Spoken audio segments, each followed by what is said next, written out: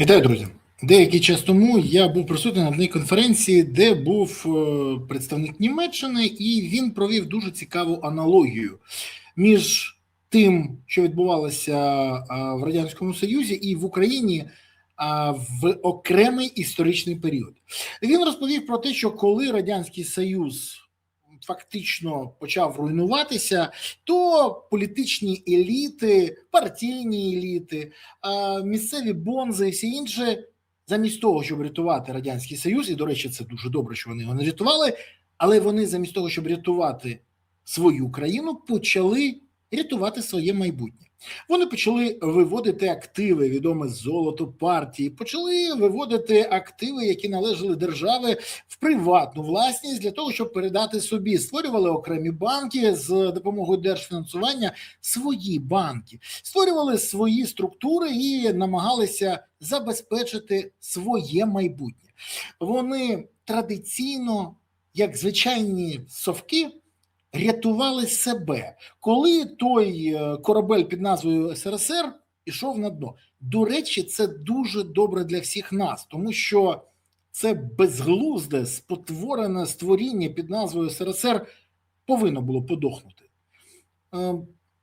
Фактично, це була в'язниця народів, нічого більшого. Але паралель була проведена дуже чітко, бо коли в Україні є величезні проблеми, і Україна бореться за своє виживання, політичні еліти в переважній більшості, ті, які керують країною, силовики, партійні еліти, не рятують країну, а займаються своїми власними проблемами і вирішенням забезпечення свого власного майбутнього. Саме тому ми спостерігаємо, як вони купують автівки в Монако, в Італії, в Іспанії, в Дубаї, на Майамщині, в Лондоні або під Віднем. Вони купують собі майбутнє, виводячи гроші за кордон з України. Україну вони сприймають як кормову базу, з якою вони витягують все, що тільки можуть.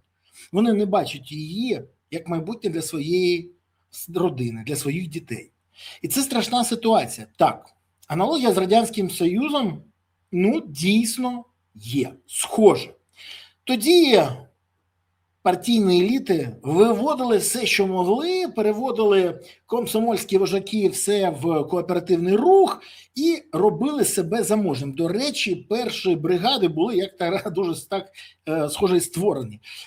Ці роблять трохи інакше, але йдуть тим самим шляхом.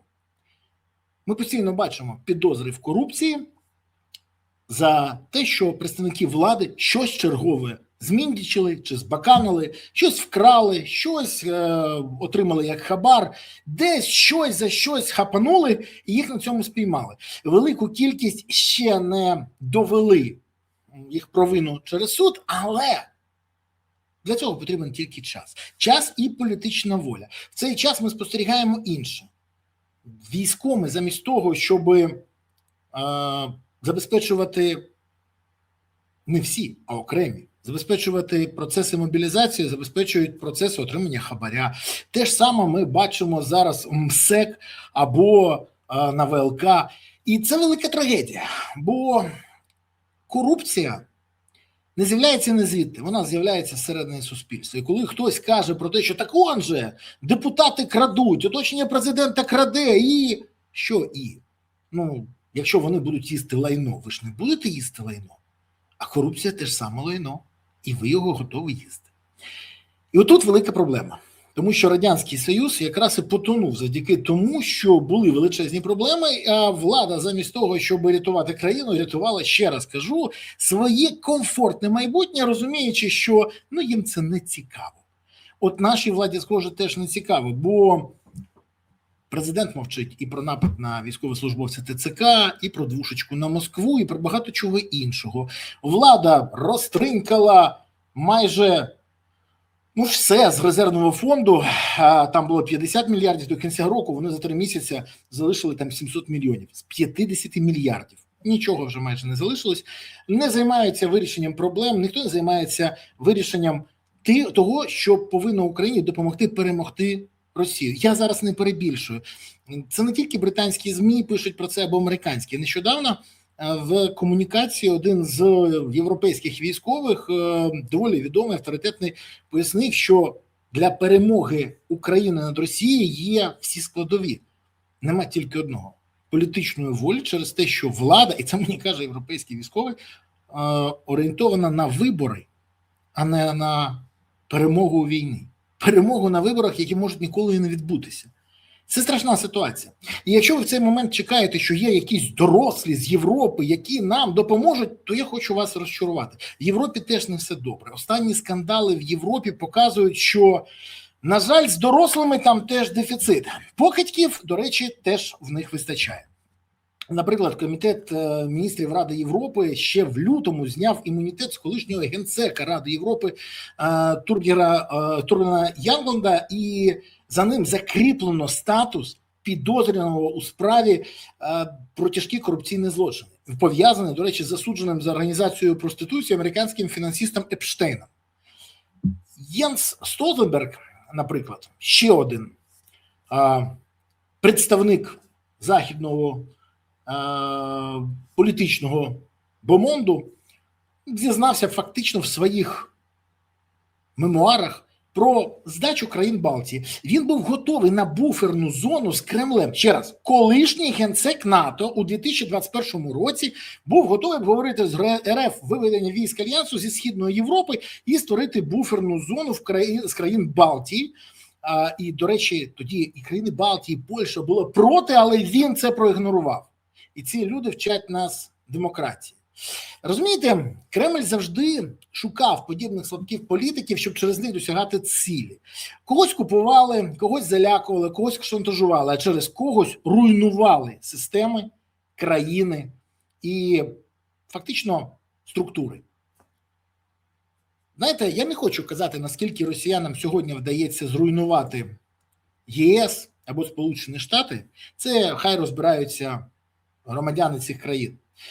Але я впевнений, що частина подій, які відбуваються в Україні, це реалізація плану, який написаний в Кремлі, а реалізуємий в Україні. І я не перебільшую, бо коли щось ходить як качка, щось виглядає як качка і щось крякає як качка, то це і є качка. Так говорить американська приказка. Так от, коли ми розуміємо, що це зрада, коли ми розуміємо, що жоден, хто розграбовував гуманітарку, хто крав на забезпеченні ЗСУ, від яєць до 17 гривень до бракованих мін не сидить, коли ми розуміємо, що друзі президента або вже втекли, або не отримують підозр, то тоді, схоже, все йде по плану. Але це не план України. І оце надважливо. Ці люди не можуть або не хочуть рятувати країну. На жаль, це висновки на підставі фактів. Якщо я не правий, напишіть в коментарях, це важливо. Я з задоволенням почитаю, подискутую з вами про це. Але в мене чітке відчуття, що ці люди налаштовані на забезпечення свого власного майбутнього і своїх дітей. І єдине, що вони можуть думати так, а тут от ще одна схема. Не тільки на енергоатомі, а й на дронах. Не тільки на дронах, а ще й на добудові Хмельницької АЕС. Не тільки на добудові Хмельницької АЕС, а ще на вивозі зерна. Не тільки на вивозі зерна, а ще й на виїзді людей, військовозобов'язаних. Не тільки на... І от так всюди. Але коли люди зорієнтовані на схеми, вони не орієнтуються на інтереси країни. А тепер ваші аргументи, якщо вони у вас є. Висновки робіть самостійно.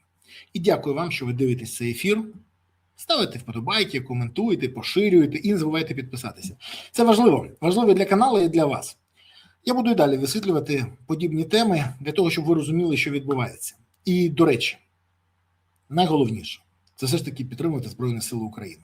Сили, які є запорукою того, що Україна є майбутнє. Тож, гуртуємося навколо ЗСУ, щоб у України було майбутнє. Донатимо на ЗСУ, приєднуємось до ЗСУ, допомагаємо ЗСУ. Якщо це все робити, то тоді справді все буде Україна. Дякую вам. Па-па.